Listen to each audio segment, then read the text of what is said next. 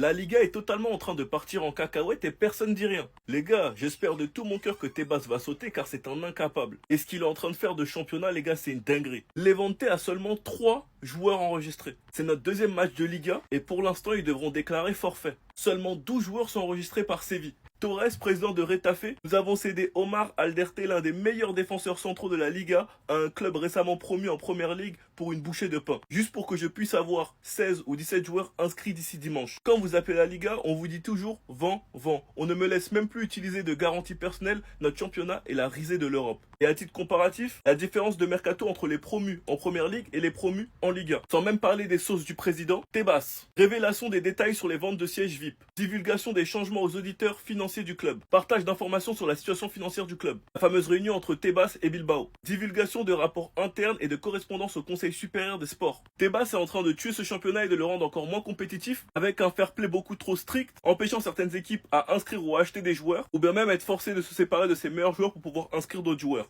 Sans parler de l'arbitrage en Liga, sans parler de ses nombreuses déclarations honteuses, et sans même parler du fait qu'il n'y a pas de goal line en Liga. Tebas est en train de tuer ce championnat. Et comme là, c'est pas que le Barça qui souffre, j'espère que vous allez ouvrir les yeux. Sinon vous les gars, vous en pensez quoi? Ramenez-nous sur Snap, on s'ennuie. Venez, il y a des nouvelles qui donnent le smile, mais vraiment le smile. Laporta, est-ce qu'on pourra venir faire la fête avec toi? Une plainte a été déposée contre Javier Tebas. Enfin, il s'agirait de rappeler que c'est un madrilène également, de base. Yo soy madridista, pero ahora estoy un poco hibernado, ¿sabes? Cela malgré les décisions bizarres qu'il a pu prendre envers le Real Madrid aussi, ça on le dit. Du coup, celui qui s'en est chargé, c'est Miguel Ángel Galán. Voici à quoi il ressemble. C'est le président de l'association Transparence et Démocratie dans le sport, du coup. Une plainte de plus de 50 pages a été envoyée au Conseil supérieur des sports. Du coup, ceux qui avaient... C'est le truc en question, l'organisme qui avait des inscrits au mot, je crois, ou qui ne voulait pas l'enregistrer, parce que ça est au tribunal des sports, de mémoire. Dans laquelle il indique que le président de la Liga a commis 5 infractions très graves pour avoir révélé des informations privées du FC Barcelone. Maintenant, le Conseil supérieur des sports doit savoir s'ils envoient cette plainte au tribunal administratif du sport. Le même tribunal, du coup, qui avait validé de manière définitive l'enregistrement de Pau Victor et Dani Olmo en janvier, parce qu'il avait, je ne sais pas si je peux le dire quand même, mais bon, on ne sait jamais, pour avoir vu le devoir de confidentialité concernant les comptes du FC Barcelone, que ce soit en privé et surtout dans les déclarations ne respectant pas son devoir de confidentialité, donc dans les communiqués. En tout cas, Laporta avait prévu, tu ne pourras plus contrôler le Barça comme avant, la fête est terminée, même s'il a été réélu, et une augmentation de salaire, bref. C'est une catastrophe.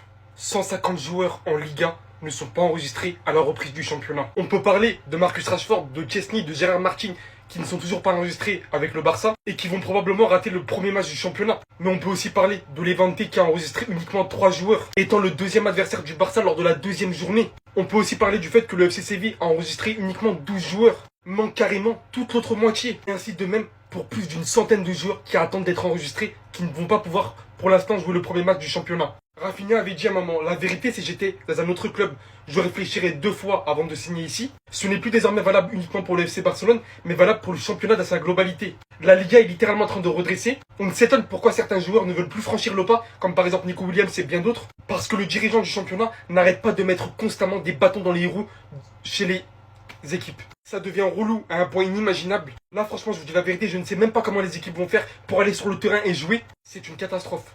C'est une catastrophe. Honnêtement, je ne sais pas ce que le championnat attend pour élire un nouveau gérant. Demain, nous aurons enfin les réponses de si Rashford peut se faire enregistrer. Hector Fort est dans la liste de Aston Villa. Attendez, bougez pas, je vous explique. Pour commencer, il a été rapporté que la Liga a fixé l'absence de Ter Stegen à 5 mois et l'inscription de Garcia sera jusqu'à la fin de la saison. Que l'inscription de Garcia sera officielle demain, vendredi. La raison est que Barcelone a décidé à la dernière minute d'inclure également les documents d'enregistrement de Rashford. Parce que de base, Garcia devait être enregistré jeudi. Ça a été confirmé par plusieurs sources que Ter Stegen sera absent 5 mois. Après, encore une fois, on connaît le Barça, reste à voir si c'est vrai.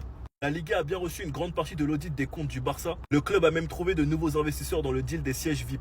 Tebas nous avait demandé des preuves de si les loges allaient exister pour de vrai. Une preuve, il a eu cette preuve au Gamper qu'elles existent vraiment. Une autre source qui confirme que Rashford et Garcia seront enregistrés demain. Et pour finir, Aston Villa a pris des renseignements concernant Hector Fort, parce qu'ils savent qu'il est censé partir ce mois-ci. Reste à voir les conditions si ça va être en prêt ou un départ définitif. C'est qu'il y a énormément de concurrence à son poste. À droite, Koundé, Eric Garcia. À gauche, Gérard Martin, Baldé et Torrent.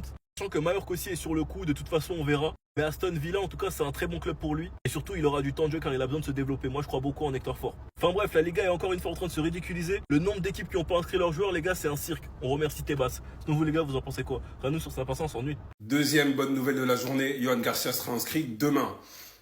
Le Barça vient de publier un communiqué à l'instant pour confirmer en fait que Ter Stegen a bel et bien une blessure de longue durée. Parce qu'un médecin ce matin s'est déplacé pour analyser l'état de Ter Stegen comme différentes personnes et moi-même vous l'ont expliqué. Parce que je peux pas venir comme ça et dire ouais c'est 4 mois comme ça, non.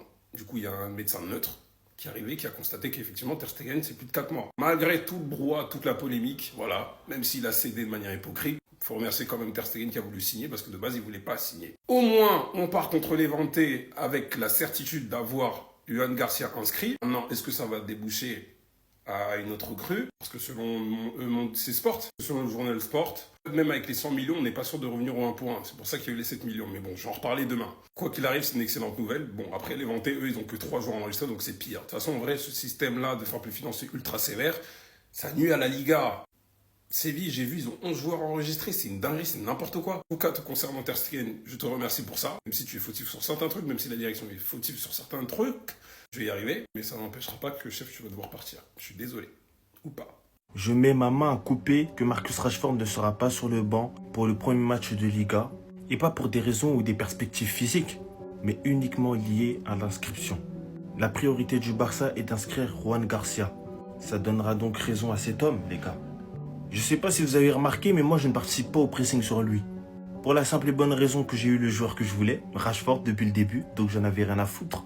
Et parce qu'en clair, concrètement, vous êtes tous youm contre lui en mode ouais, c'est lui qui nous a démarché, c'est lui qui a fait ci, c'est lui qui a fait ça, c'est lui qui voulait venir, il a prolongé 10 ans, c'est une dinguerie. Mais personne se demande pourquoi au Barça, personne ne prolonge 10 ans. On n'a pas la capacité de promettre à un joueur du FC Barcelone qui va rester 10 ans, de lui octroyer, de lui obtenir un contrat de 10 ans. Tout simplement parce que lorsqu'on recrute un joueur qui réduit son salaire de baiser en plus, on n'est pas sûr de pouvoir l'inscrire. Donc moi, dans le cas de Nico Williams, je ne participerai pas au pressing. À un moment, il a voulu venir au Barça, il a vu ses bourbiers, il s'est dit vas-y, vaut mieux je reste avec ma famille alors. C'est aussi simple que ça. C'était Jorginho du Brasil, et dites-moi ce que vous pensez de tout ça en vrai. BAM! J'ai oublié, wesh.